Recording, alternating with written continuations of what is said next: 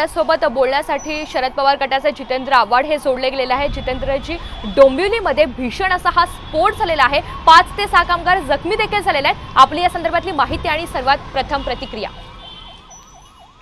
पहिली गोष्ट म्हणजे एमआयडीसीच्या अधिकाऱ्यांना विचारा, तुम्ही फायर ऑडिट करता का?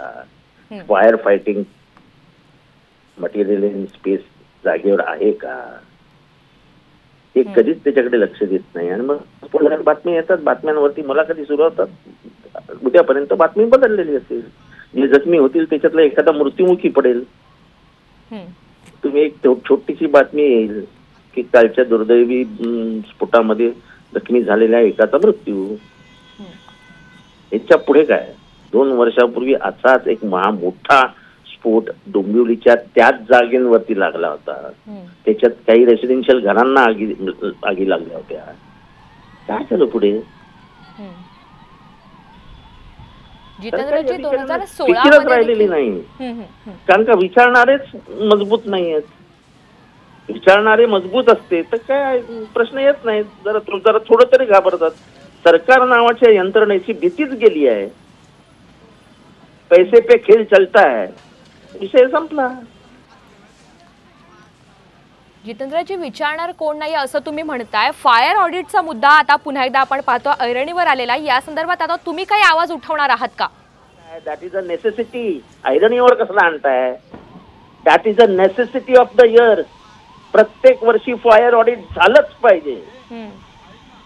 एवढं मस्त मुलाखत देणारा सांगत होता की धडाधड त्या ड्रमचे स्फोट होत आहेत। याचा अर्थ तो ड्रम तिथे ठेवताच कामा नये, बाजूला ते ड्रम असताच कामा नये, त्याचं स्टोरेज कुठेतरी करण्यासाठी खोली असायला हवी।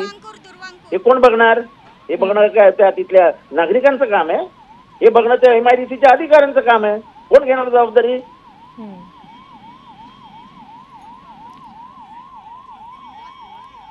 जितेंद्रजी, तुम्ही म्हणताय नेसेसिटी आहे आणि या संदर्भात आता तुम्ही सत्ताधाऱ्यांना काय विचारणा करणार आहात का? कारण सातत्याने अशा जर घटना घडत असतील आणि यामध्ये सर्वसामान्यांचा बळी जात असेल तर नेमकं काय म्हणायचं? मी तुम्हाला सत्ताधाऱ्यांचं उदाहरण देतो ना। हे होर्डिंग पडलं ना घाटकोपरचं, त्याच्या विरोधात माझी कमीत कमी 8 पत्र आहेत। 8 पत्र संबंधित सगळ्या डिपार्टमेंटला।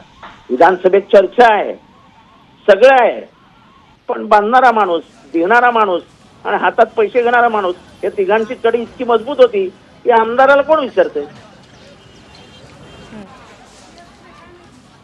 सब पैसे का खेळ आहे बॉस, सब पैसे का खेळ। महाराष्ट्र सरकार हे फक्त पैशावरती चालतं।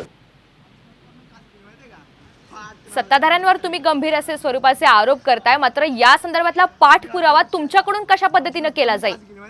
मी स्वतः पत्र दिली आहेत, मी स्वतः विधानसभेत प्रश्न उपस्थित केला आहे।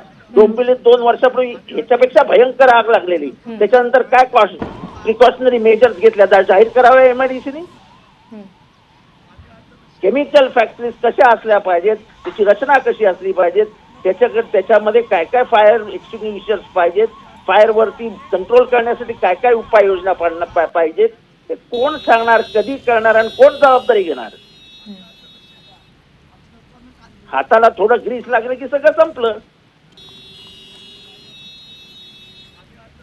जितेंद्रजी, धन्यवाद आपल्या प्रतिक्रियेसाठी। तर सत्ताधाऱ्यांवर आरोप करत त्यांनी जोरदार या घटनेसंदर्भात टीका केलेली आहे। डोंबिवलीमधील ही एमआयडीसी मधील ही भीषण घटना आहे। एमआयडीसी 2 मध्ये हा भीषण स्फोट झालेला आहे आणि या स्फोटामुळे डोंबिवली अक्षरशः हादरून गेली आहे।